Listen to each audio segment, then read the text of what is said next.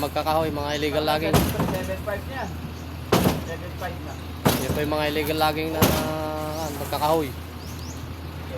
Yan. Ano po ang pwede nating dito? Ikaso.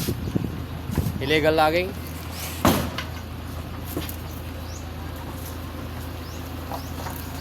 Ayan si Alfredo Lim. Siya daw ang magiging attorney nito, mga kaibigan.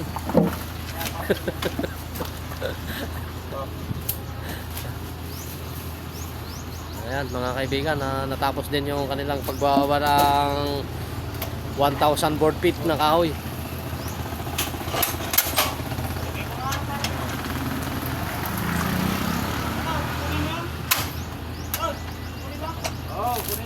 Ayan, kukunin daw nila yung mangga. Illegal lagi na nga sila, illegal mango pa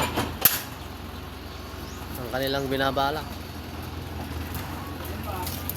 Ayan yung elf, papalis na.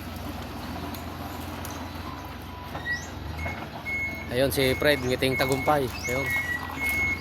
Ayun, si Fred. Ngiting tagumpay mga kapatid. Ay, wala. Ayun, wala. Lumiko. Ito pala. Iabot. Ha? Iabot. Dahil bunga ng mangga guys.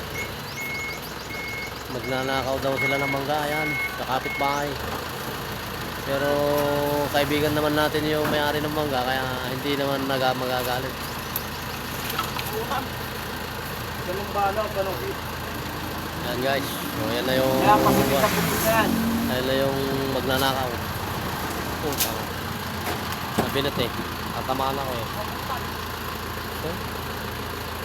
Bukan namin. Ayun o, karami o. Isang buwig. Yes, isang buwig yan. Tayo may-ari dyan. Hindi ka naman babawalin yan. Kaibigan naman natin yan eh. Saka yan, kaibigan natin yan. Hindi naman may nadag.